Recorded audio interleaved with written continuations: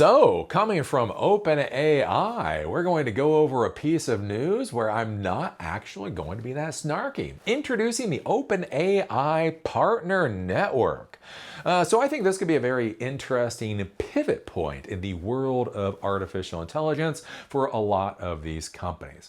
Basically, one of the things that we've seen, in the old days of technology, is that most big tech companies had what were called partnership programs. And the idea being is that anybody that was selling the products that these companies created should be able to get material and support and that type of thing in order to be able to sell the products more easily, right? So Microsoft had a partnership program, Cisco had a partnership program, almost all big technology companies have partnership programs, with the idea being is that these large corporations could help the people that were selling their products so everybody could make more money. Even if there wasn't particularly a partnership program, there was the idea that people that were selling the products should make money. So one of the things I talk about when I had my computer repair shop, right, we did deal with Apple computers and we dealt with Windows computers. Here's the deal. When I assembled a Windows computer, it was $200 to assemble a Windows computer. When I transferred the files or whatever, that was more money. Then I would go to somebody's house, I would install the system, and basically somebody simply buying a computer from us and having it set up in their house could be a few $100s up to $1,000 or more dollars, depending on what kind of computer they bought, right? So selling Windows-based computers made us a lot of profit. To be clear, that paid for rent and paid for employees and paid for insurance and all that other kind of stuff, right? If we went out and we sold an Apple computer, we didn't really get anything, right? Basically, when you bought an Apple computer, even if you're a reseller, you got it for the same price essentially everybody else did. Maybe you got like $15 off. You didn't really get any ins with Apple or any of that kind of stuff. And so what you found as a business person is that selling somebody an Apple computer had just as much overhead and being a pain in the ass as selling a customer a Windows computer, only you made very little money off of it. Right? So what are you going to sell? Are you going to sell 10 Windows computers where you're going to walk away with $10,000 for doing it? Or are you going to sell 10 Macs, Apple computers, where you might walk away with $1,000 in profit, but if there are any problems, the customers are going to be calling you back, and it's just going to be really, really tedious. And so that's one of the nice things that Microsoft did, and one of the reasons that they were so successful if you go back 15 years ago, and Apple wasn't, right? Apple's big boom has come in the past 15 or 20 years. Before that, Microsoft kind of owned that world. And so one of the big issues right now with all these AI companies is they have this AI technology, but the problem is, what do you do with it, right? I just did an interview with the Irish Times. I guess it's still the Irish Times. Anyways, I just did this interview, and we were talking about that with AI stuff. And one of the things I was talking about is that so much of these services that these AI companies are selling aren't really products themselves. It's what is a model? A model is a component of a solution. It's not the solution itself. Kind of like with MS SQL, right? If I was out there dealing with MS SQL databases, you don't really think of the MS SQL database server as the final solution itself. It is one component in an overall system, right? You've got your Active Directory server, you got your MS SQL server, you probably have a cluster going on, you have the client software that's going to connect into the MS SQL database. You have all of that stuff going on. The MS SQL is only one component. So again, with Microsoft and their partnership programs, one of the things they would do is they would help you out so it was easier to sell all of these products so everybody makes money together. One of the big things with this whole AI world, one of the things that's been really weird is that these companies just kind of dump all this crap on the table and then expect everybody to know what to do with it. At the end of the day, a lot of people literally don't know what to do with it. So what OpenAI is doing is they're coming up with this partnership network. It seems like it's basically along the same lines as all the partnership networks we've seen before with these big technology companies, and that could be very useful for deploying artificial intelligence technology basically into the enterprise world. Look, OpenAI is going to provide you with additional resources. They're going to, be able to help you be able to deploy these projects.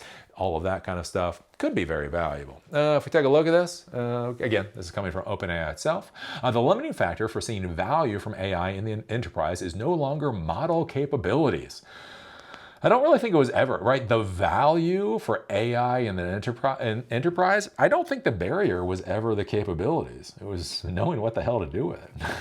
Instead, it's now organizations repeatedly identify the right use cases, redesign workflows, integrate with existing systems, and drive adoption and change management at scale. Helping every organization adopt OpenAI frontier models and products and turn them into measurable impact requires an ecosystem of trusted partners with deep industry expertise, global delivery capacity, and customer relationships. Today, we're announcing the OpenAI Partner Network to deliver just that. The OpenAI Partner Network is a new program for partners around the world to build, sell, and deliver AI solutions with OpenAI. We're investing $150 million to support this ecosystem and help partners bring the benefits of AI to more organizations more quickly. The OpenAI Partner Network launches with a select group of global partners with AI leadership across systems integration, management, consulting, technology, and data. We also aim to train and enable 300,000 certified consultants by the end of 2026. That's the other thing to think about is this whole certification game, right? One of the reasons Microsoft did so well for many years, right? They had the MCSE, right? If you're going to go out, if you want to go out and you want to become a technology professional, what do? You get your MCSE. Now, here's the thing. If you get your MCSE, could you go and figure out Unix? Probably. Could you figure out Linux? Probably. Mac OS? Yeah, obviously. But you were trained in Microsoft. You're trained in Windows. So if you go out and you get all this training in Windows, you're most likely going to default to deploying in Windows, right? So if OpenAI comes out with a certification program, right, there's so many people right now that are desperate for things like AI certifications. I want to be certified in AI. So OpenAI comes out with a certification program. You get certified in AI with a focus on OpenAI technology. You get hired by companies, right? If you've gone through the training and testing for OpenAI technologies, you're most likely not going to walk into a company and immediately start installing Anthropic things, right? You're probably going to install what it is that you know. So this can be a very valuable thing for going down the path for OpenAI. Basically, trying to build a community where everybody in that community profits. Basically, when OpenAI products sell, I think that makes a hell of a lot of sense. Does it make sense for $1 trillion valuation? No, still doesn't make sense for a $1 trillion valuation, but it does actually make business sense.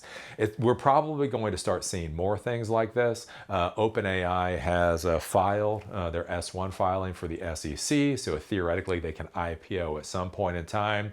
As I've talked about before, the CFO for OpenAI, when she got hired, she looked at the books, she looked at the things we are not able to see, and basically said they're not ready to IPO, that they have to clean up their books, they have to streamline, their product offerings, that type of thing. And once they've done that, she would feel more comfortable with IPOing. And so that's one of the things that we might be seeing now. Things like this partnership network is a way to create programs where investors are going to look at this and say, oh, I understand what this is, I understand where they're going with this, and I see the value there, which is why it might be worth $1 trillion or whatever else. So I think we're going to start to see more and more of that as OpenAI has to clean up what they're doing in order to make sense to the investors. If you're interested in the AI world, right? If you're like, AI is amazing, I would highly recommend you take a look at this. I would highly recommend that you try to make ends into this world because it's amazing how many services and how many resources technology companies provide basically for you to sell their products. I've talked about this before. So when I got into IT specifically, so I started in the Army, electronics, but IT specifically was about 2000. And Microsoft used to have, I think they were called TechNet. And so they used to have, being in the Baltimore, D.C. area, a few times a month, they would have events and basically education sessions where you could go in and you could learn about their products for free. They'd have free food, you'd learn about their products for free.